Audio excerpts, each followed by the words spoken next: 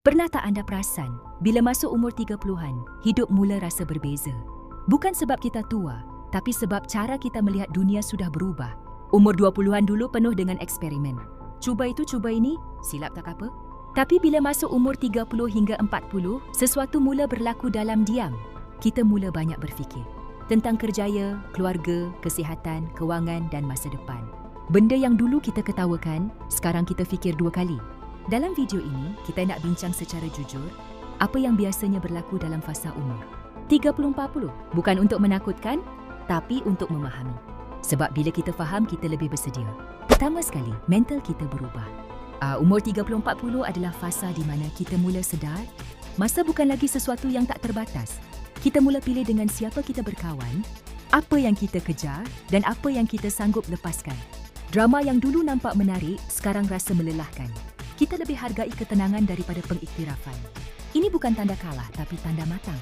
Kedua, kerjaya dan kewangan jadi serius. Ramai dalam fasa ini mula rasa tekanan. Ada yang sudah stabil, ada yang masih mencari arah. Kita mula bandingkan diri dengan rakan sebaya. Ada yang sudah berjaya, ada yang masih berjuang. Di sinilah ramai mula rasa cemas secara senyap. Tapi hakikatnya, umur 30-40 bukan garis penamat. Ia lebih kepada fasa menyusun semula. Ada yang tukar kerjaya, ada yang mula berniaga, dan ada yang sedar bahawa kejayaan bukan semata-mata gaji besar, tapi keseimbangan hidup. Ketiga, hubungan jadi lebih selektif.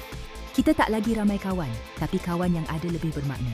Ada yang sudah berkeluarga, ada yang menjaga ibu bapa, ada juga yang sedang bergelut dengan hubungan sendiri. Umur ini mengajar kita bahawa setiap orang ada beban masing-masing. Sebab itu empati jadi lebih kuat. Keempat, kesihatan mula bersuara. Badan yang dulu tahan berjaga malam, sekarang cepat penat. Makan sembarangan mula beri kesan. Ramai dalam umur ini mula sedar, menjaga kesihatan bukan pilihan, tapi keperluan. Kita tak lagi kejar kuat, tapi kejar konsisten. Dan yang paling besar, makna hidup berubah. Umur 30-40 buat kita tanya soalan yang lebih dalam. Aku nak hidup macam mana? Apa yang aku kejar sebenarnya? Dan adakah aku bahagia atau sekadar sibuk? Suami isteri pada umur 30-40 ni tuan-tuan, mungkin bukan sekadar kasih sayang menjadi keutamaan, tetapi lebih kepada tanggungjawab. Kebersamaan kita pada umur ini tuan-tuan dan puan, mungkin kita dah lupa dah. Kita ni sebenarnya pernah menjadi kekasih dan sebagainya, tapi kita akan fokuskan kepada tanggungjawab. Maka bertahanlah. 30 ke 35 tahun. Para lelaki dekat luar sana, tolong alert. Ini adalah usia kematangan seorang lelaki dan ketika inilah kau akan menempuhi banyak ujian.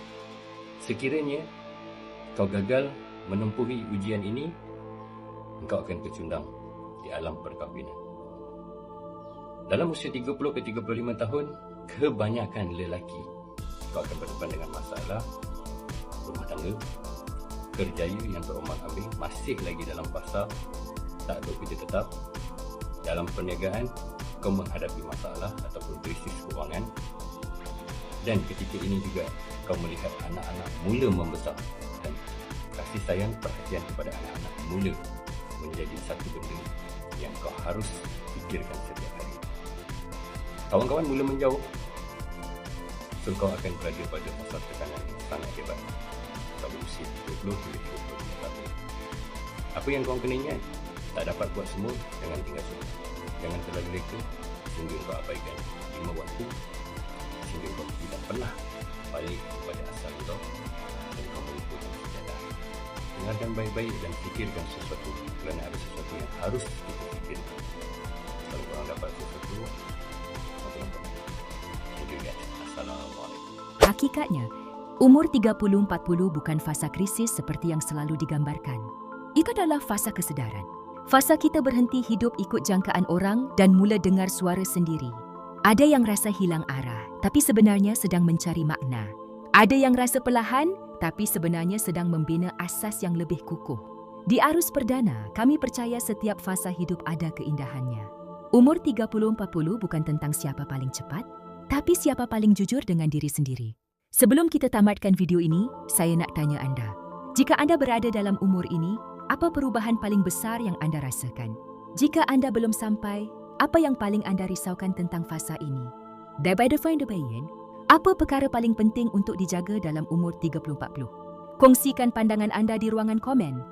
Terima kasih kerana menonton dan teruskan bersama Arus Perdana.